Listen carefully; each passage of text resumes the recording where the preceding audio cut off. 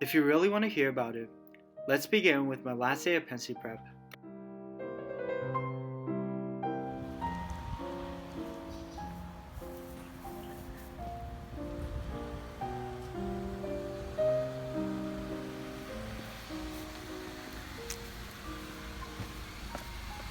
Throw the snowball out. Well, I'm not gonna chuck it at anybody. Throw it out. Alright. Alright. God damn it. The snowball looks so white and pure, but I guess I'll just throw it out just for the sake of it. Do you think you can leave the room so I can focus on my paper?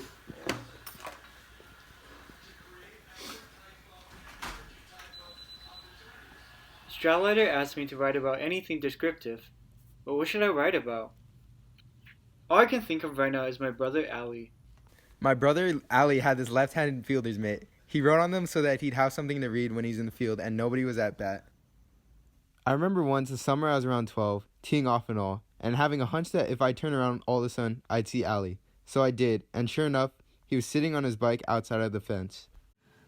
He got leukemia and died when we were up in Maine on July 18th, 1946. He was 2 years younger than I was, but was about as 50 times as intelligent. He was also the nicest in a lot of ways. I was only 13, and they were going to have me psychoanalyze and all, because I broke all the windows in the garage. Something descriptive. Maybe I should write about Ali's baseball glove. Where the hell is everybody? For Christ's sake, it's about a goddamn baseball glove. So what? God damn it. Did you give Jay my regards? Yeah?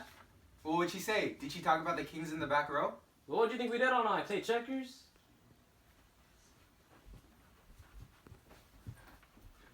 So what'd you guys do? Did you give her the time in Ed Benke's car? That's professional secret, buddy.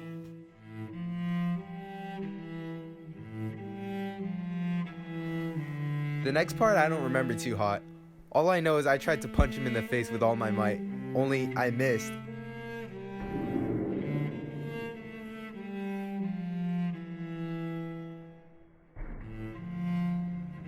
And the next thing I knew, I ended up on the floor with blood all over my face. I can't stand this goddamn school anymore.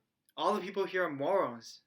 So I just left this school and got on a train to New York. And that's when I met Mrs. Morrow, the mother of the biggest bastard that ever went to Pensy. Hello there, how are you? Good, I'm doing fine. My name is Rudolph Schmidt. You look very familiar. Do you happen to be related to Ernest Morrow? Oh yeah, that is my very beloved son who attends Pensy Prep. Wow. Oh, Ernest is Ernest is a very well-behaved and modest young sir. Yeah, I'm glad to hear such news. That's what I expect from him. Care for a cigarette?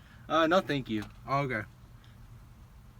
Well, Mrs. Morrow, it was nice talking to you. You too. Can I have dinner with me and my family this summer? No, I'll be very busy with my grandma. But, thank you for the offer, though. Alright. Yeah. Thank you.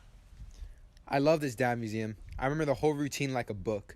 You have to go through the Indian room to get to the auditorium. Then there was a long, long hallway you're only supposed to whisper in.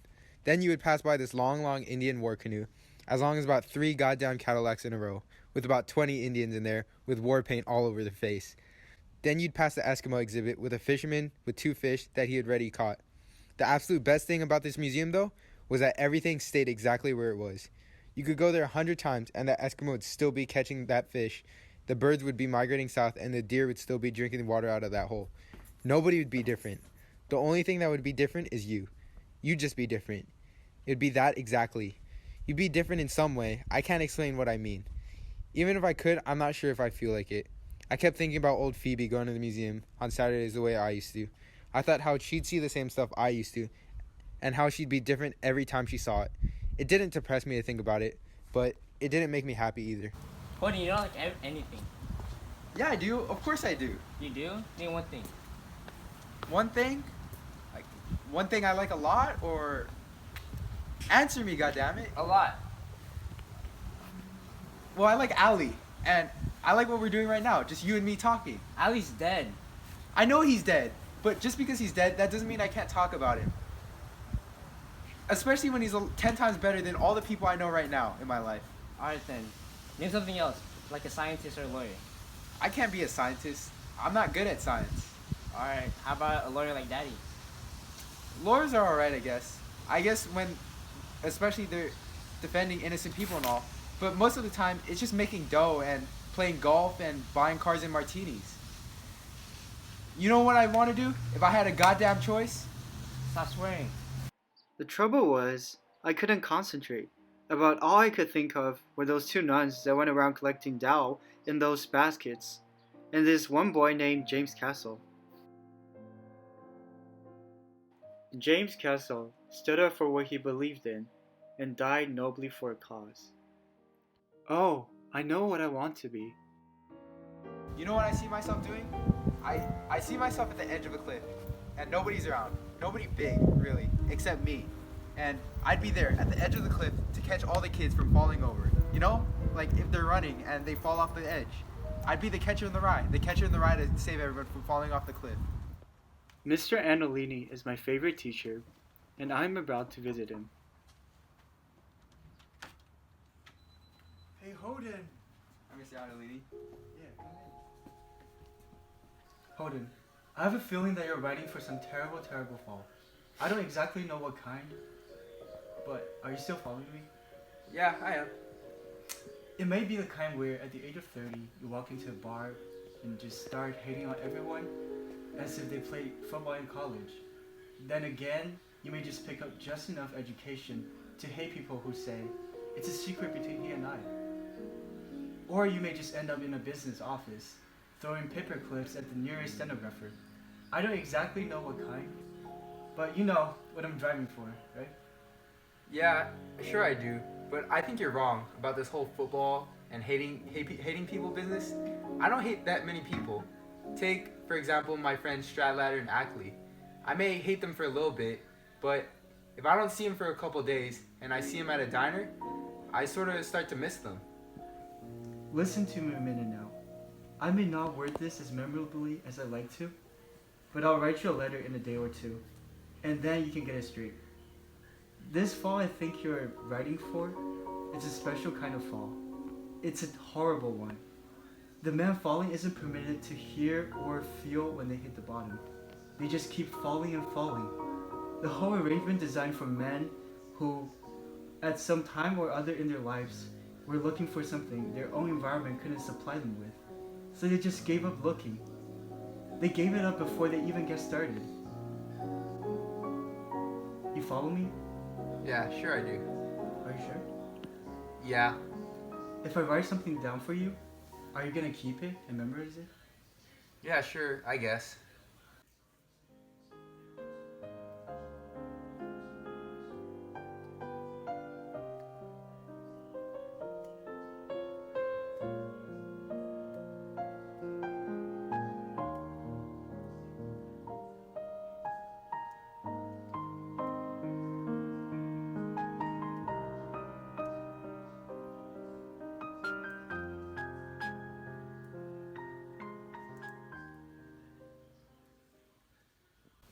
Gosh, Mr. Annolini, what are you writing? An essay?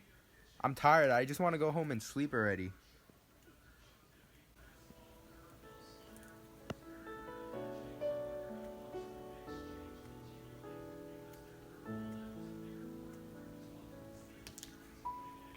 Okay, later. Can you read it? The mark of the immature man is that he wants to die nobly for a cause, while the mark of the nature man is that he wants to live humbly for one. Hey Phoebe, this might be the last time I ever see you. I want to come with you, please. Listen, I'm gonna go back home, okay? Why don't you just go to school? I don't want to go to school. You can do whatever you want. I just don't want to go to school, so shut up. Listen, do you want to just go for a walk down to the zoo or something?